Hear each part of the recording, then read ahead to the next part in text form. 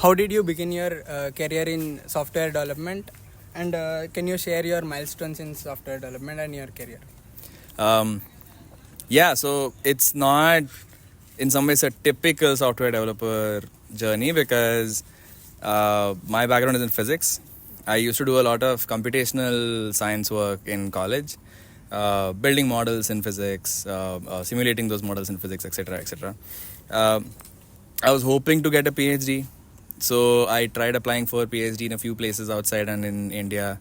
None of those really worked out, so I was like, okay, I guess I have to go look for a job now. And in terms of jobs, again, given my physics background with a computational flavor to it, I was looking for jobs where I could do something similar, where I could apply computing to solve scientific problems. I heavily used Python when I was in college, so I was already familiar with this company called Enthought. I tried interviewing for a few different places. None of them really worked out, and eventually with Enthought, I ended up just sending them an email saying, hey, look, you have a job for a Python trainer. I don't have training experience. You have a job for a scientific software developer. I don't have the experience for that either. Take me as an intern. Okay. Take me as an intern. Try me out a couple of months, and then we'll see what happens after that. Yeah, it was directly from the college after graduate. Yeah, right after college. Like, I actually graduated 1.5 years late. Yeah. So no placements either. So it was just like me looking off campus by myself. So I finally sent out my resume and a cover letter to Enthought. Thankfully, Enthought took a chance on me. And yeah, the interview went reasonably well. I started as an intern, 2 months. Every day in the morning, I'd listen to Eminem and hype myself on my way to work.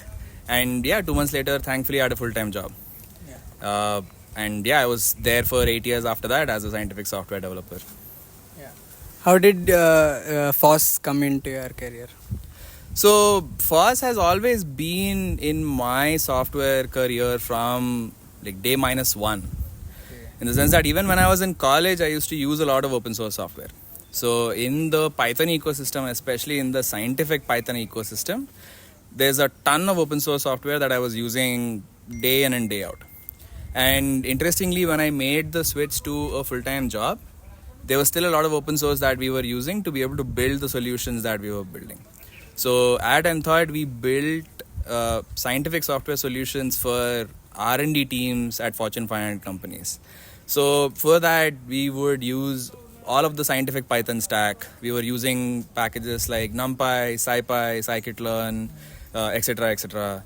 And we were building solutions using those things. So every day, day in, day out, we were building solutions on top of that. In fact, Enthought has a suite of open source packages called the Enthought Tool Suite, ETS. And that was all open source that was created at Enthought.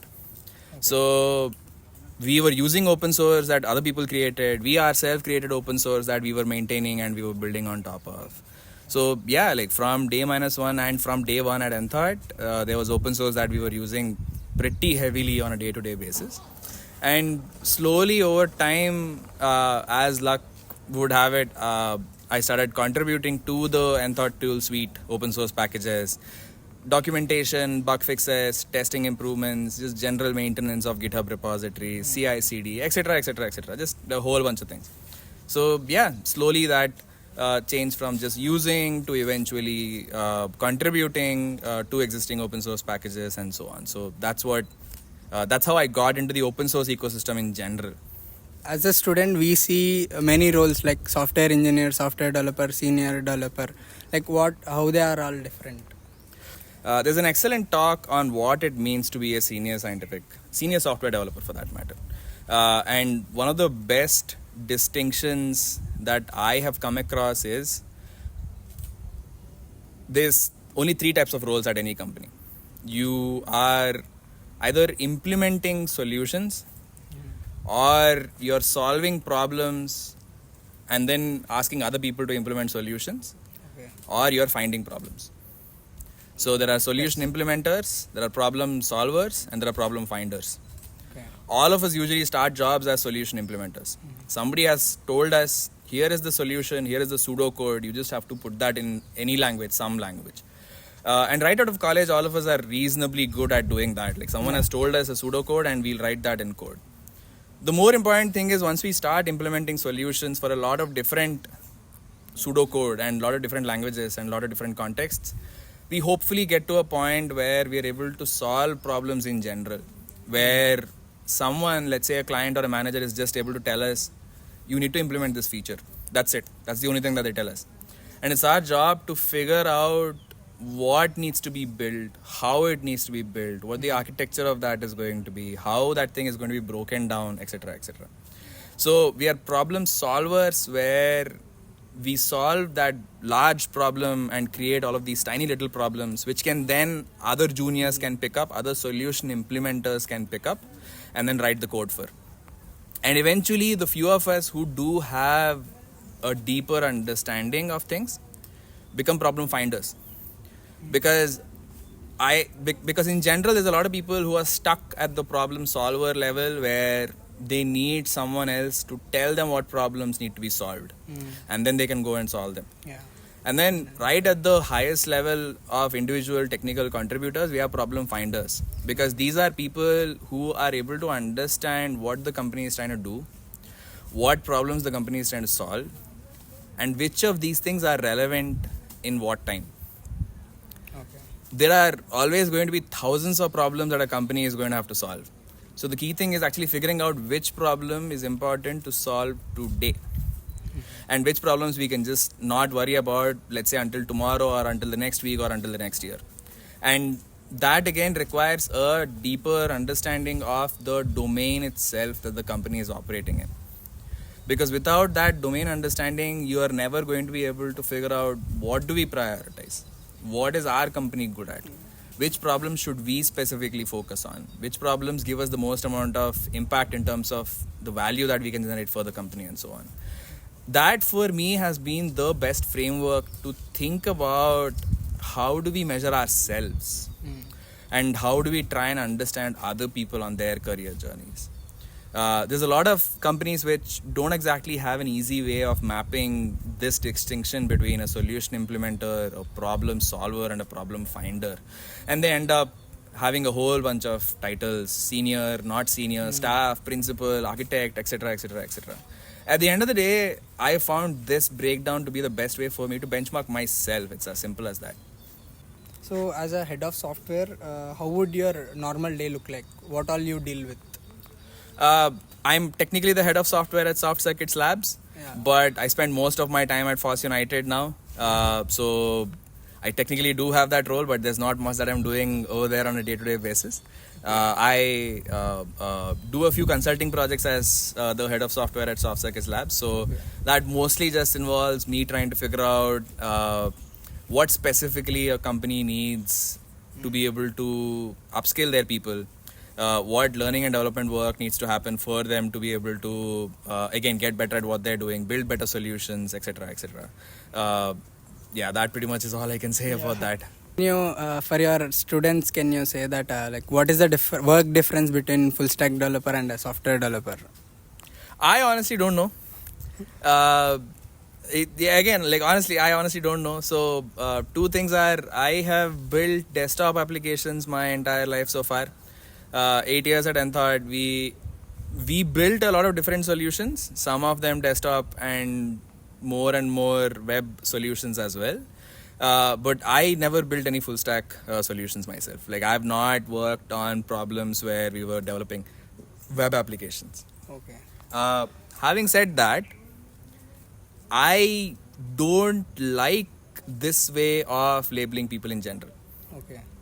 The reason why I say that is, at the end of the day, whether it's full stack or whether it's software or whatever, that is a means of delivering a solution to the client. The important thing for me is, what problem are we actually solving? Yeah. Because I feel like it is in some ways restricting us as software developers if we label ourselves as, oh, I'm a Python person, or you're a JavaScript person, or that person is a React person, this person is a Next.js person, that other person is a Vue person, etc., etc. I feel like these labels are a bit restrictive. And we do need to think further and deeper in terms of what problems do I care about solving. Do I care about solving larger architectural issues? Do I care about solving technical debt that teams accumulate? Do I care about delivering solutions using the web? And if that is the case, it doesn't matter if you're a full stack developer. What matters is you need to have a better understanding of, hey, this is what the client needs. What is the best way for me to deliver that solution? Is it using this framework, that framework, some other framework, or maybe no framework at all? So I think we do need to maybe not worry about the labels that people are identifying themselves with and that you want to identify yourself as, and instead try and maybe dig a little deeper to understand what about this do we find interesting? What about this do we want to do on a day-to-day basis every day? In the top layer, it's just different labels, but it's in the deep, it's about only solving the problem. A software role, does the DSA impacts career, and how does that DSA impact your career as a software developer? I mean, I didn't do DSA in college. I think I did do a course in the math department on data structures, but I don't think that counts as a computer science DSA course.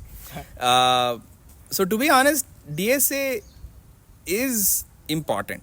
I'm not going to say that it's not important. It is extremely important to understand what data structures to use to solve a problem and what algorithms are the right way to implement a solution. But you do need to think about it from that point of view. You do need to think about it from the point of view where, again, you're being asked to solve a problem or implement a solution. What is the right data structure for me to use here? I'm solving a problem where I need to create a container in Python. Should this container be a list? Should it be a tuple? Should it be a dictionary? Should it be a set? What is the right data structure for me to use to solve this problem? And again, same thing with algorithms, right? Yeah. I am trying to maybe not any of the trivial sorting algorithms, but I am now trying to solve a complex data query thing that is happening that I have to write by myself. And there again, the important thing is, okay, what is the complexity of the thing that I'm solving? Is it ON? Is it ON square? Is it O log n or ON log n, etc., etc.? So the important thing is not the data structures and algorithms that we specifically pick up in the course itself, but rather how do we use those things when we're solving the problem? How do I understand, is this the right solution? Can I improve this solution in terms of, again, big O notation? Is this the fastest solution that I can implement? Is there a better data structure I can use? Is there a better algorithm I can use to be able to speed up the solution better and so on? So yeah, I think, again, we do need to go deeper than just understanding the theory and actually being able to put it into practice. Yeah. So about DSA, it's jump backs to the same problem that we have to solve the problem. Yeah. It's only a matter of solving the problem. Yeah. So for our Geetam students, like, do you suggest anything, like recommend or something? I should be wearing my FOSS United t-shirt because my recommendation is FOSS. Okay. Just go and pick up FOSS. But no, in all honesty, right, I was briefly mentioning it during when we began the hackathon and briefly in a few personal conversations as well. If you are coming from a computer science background and if you are looking to get a job as a software developer, there are, in India, tens of lakhs of software developers. How do you compete with them? Yeah. Actually, do you want to compete with them? No, right? No. Like, none of us want to compete with tens of lakhs of other people. Yeah. So how do you differentiate yourself? That is something that all of us need to be thinking about from day one. Not how will I get the best job, not how will I get the best paying job, not what things will I do in college to be able to have the best resume in preparation for a job, etc., etc. How do I differentiate myself? Okay. Because this only struck me after graduating myself and ending up in a job. I was lucky enough to have a background and to have a skill set where I could, worst case scenario, I was one of tens of thousands of people in the country. Best case scenario, one of thousands of people in the country who could, again, apply computing to science. There's a ton of other people, but it's at least relatively better odds. And I think everyone needs to be thinking, in my opinion, on similar lines. How do you differentiate yourself? How do you differentiate yourself so that, and then once you start thinking about differentiating yourself, you then start having better job prospects, you then start having a better idea of what problems you specifically are equipped to solve. Yeah. Okay. In that sense, again, this is not just then a question of are you coming from a computer science background or not. It's a general question of no matter what your background is, how do you differentiate yourself? Yeah. For me, the best way today for any engineering graduate to differentiate themselves is to apply computing to a domain. Not to be a computer scientist or not to be an ex-engineer. It is to apply computing to a domain. If you are from a computer science background, then apply computing to an engineering domain. If you're coming from an engineering domain, pick up enough computer science so that you can apply it to your domain. That for me is, at least in the short term, the way forward. We need to have more interdisciplinary groups of people who are able to bring domain expertise together with computational understanding. Okay. There's a ton of really interesting technical engineering startups that are coming up and that are possible in the future if we're able to bring these two things together. If we're able to bring together a fundamental understanding of engineering and scientific challenges for that matter, and if we can marry that with expertise in computing, there's a lot of really interesting things we can do. So yeah, like for me, that would be the recommendation for people at Geetham. Like find people from other departments, see if you can sit together and come up with a way to apply computing to the problems that people are facing, and then you're off to the races. One last thing, this exactly is where I see FOSS coming in. Yeah. Because FOSS is one of the best ways for you to differentiate yourself. Being an open source contributor, instead of you competing with tens of lakhs of software developers, you are, worst case scenario, maybe competing with 1 lakh other software developers. In fact, if you're graduating and you're competing against other graduates in the same year, maybe you're competing with tens of thousands of other people who are all graduating and all of whom have meaningful software development experience. If you've actually been able to create an open source project out of college, then maybe you're competing with thousands of other people that have the same skill set, that have the same understanding that you have. So that for me is again like where FOSS comes into the picture. Like open source is how you can differentiate yourself. Like this is not, like, we're not completely idealistic and we're like, oh no, everything has to be FOSS and everyone has to blindly accept FOSS. No, that is not what we're trying to do here. Yeah. We're being extremely pragmatic because this for us is the best way to help students get a better differentiator when they go into the job world, and for the job world also to be better equipped, to have people who are better equipped. Thanks, Rahul, for your time. So we'll have the next session or next podcast with another guest. Thank you.